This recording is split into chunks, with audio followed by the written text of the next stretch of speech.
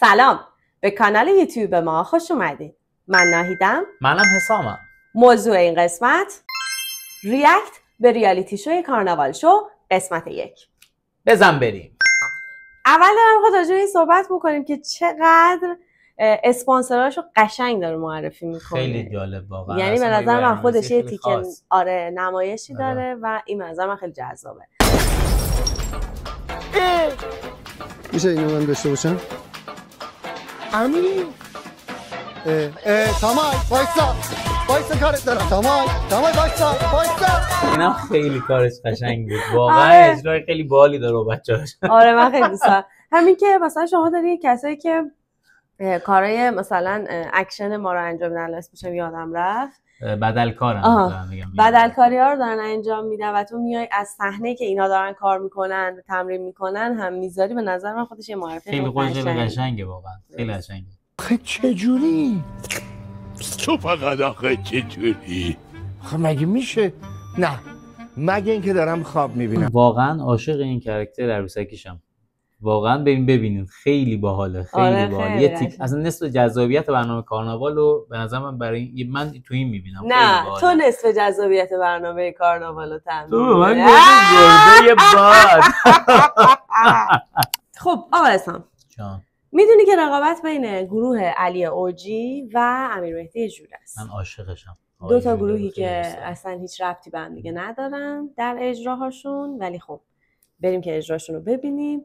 شما البته اجرا رو برای اینکه کامل ببینید باید تشریف ببرید توی فیلم نت و اونجا کاملش رو ببینید. ما تیکه هایش رو میذاریم صرف اینکه یه جذابیتی براتون داشته باشه و بعد برمیگردیم با نقد حالا اجرا یا هر نقدی که فراستیم. ما همه رو نقد میکنیم. همه از نظرمان نقد دارن، همه منتقدون. البته آقای فراستی خودشون لهجه ندارن. آره من لهجه دارم. اون لهجه‌بازو.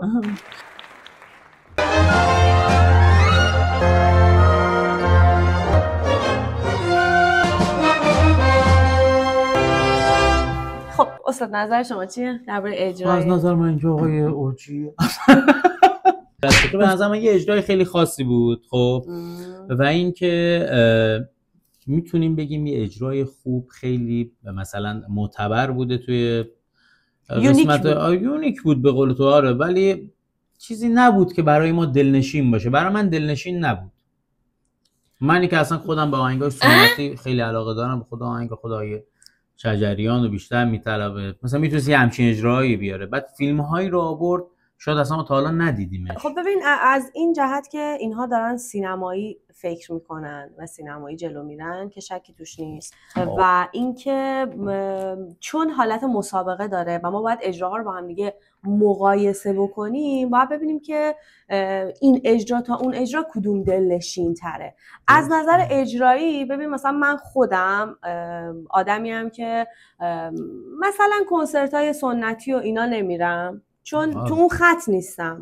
بسیار قشنگه، بسیار هنرمندن، بسیار زحمت دارن میکشن، ولی سلیقه من نیست و موسیقی کاملا سلیقه‌ایه. این نظر شخصی منه و دوست دارم بعضی وقتا شاید گوش بدم، ولی مثلا تو اون کنسرت نمیرم. به عنوان چیزی که اولین بار دارم میبینم برام لذت بخشه.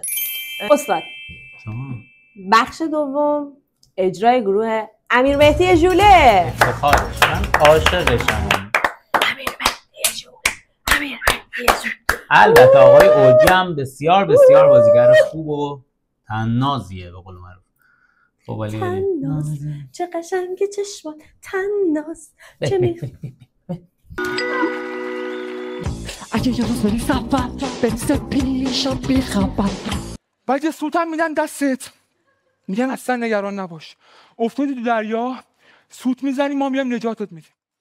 اصلا کوسه سوت دوست داره. در زدم وارد که شدم گفت خانم کی گفت بشینی؟ گفتم من ننشستم، من وایسادم، اینه خدا شاهده. باباش بلد نیست با این گوشی ها کار کنه. هر کیو میبینه میگه اینو بزن پسرمو ببینم. هم اونا تنها شدن هم ما. میگم نرید به خاطر همین. شما میفرمایید من نمیفرمایید. شما شروع کنم من شروع کردم. در اینکه من کلا امیرمهدی ژوله رو دوست دارم، طنزش رو دوست دارم و قلمش رو دوست دارم که اصلا شکی نیست. اجراش رو هم خیلی دوست داشتم. اتفاقا ادغام موسیقی بود، طنز تلخ بود و هم خنده بود هم گریه بود. اینو دوست داشتم و از اونجایی که کلا خودم عاشق طنزم، باز هم امیرمهدی ژوله برنامه داشته باشه میرم عاشقانه نگاه میکنم، انگار که اولین بار دارم نگاه میکنم. خیلی خوب بود. بعد اینکه نظرت بین این اجرا و اون اجرا؟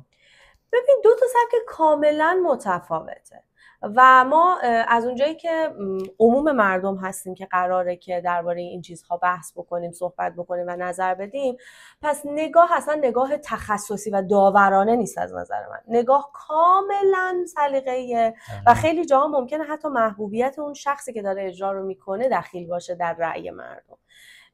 و من خودم به شخصه به تیم امیرمهدی ژوله رأی میدم چون بیشتر دوست داشتم اجراشون. دقیقاً.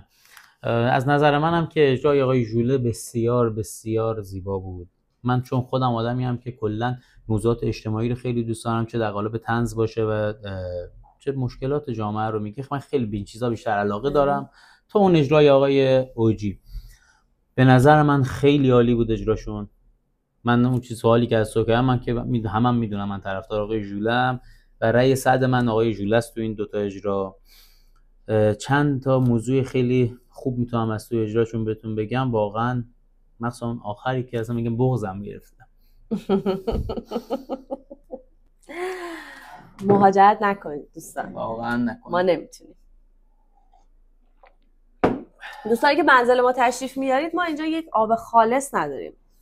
آقایی توی دستگاه آب سرد کنه یخچال ما گلاب اضافه میکنن، بعضا بهارنارنج اضافه میکنن. اینکه تشریف میارید اینجا دیگه آب خالص از ما درخواست. من ریکاوری شدم میتونیم صحبت کنم. اما آقا اجرای آخرش بود که تیکه آخری که گفت تو رو خدا نرین ما رو تنها نذارین با اون کسایی که شما ما رو وادار کردن برین. قرار نبود که این واقعا قرار نبود. واقعا به دلم نشست این اجرا. این واقعا نمیتونم بچه من فوق‌العاده بود. هم مایه طنز داشت، هم اجرای تلخ.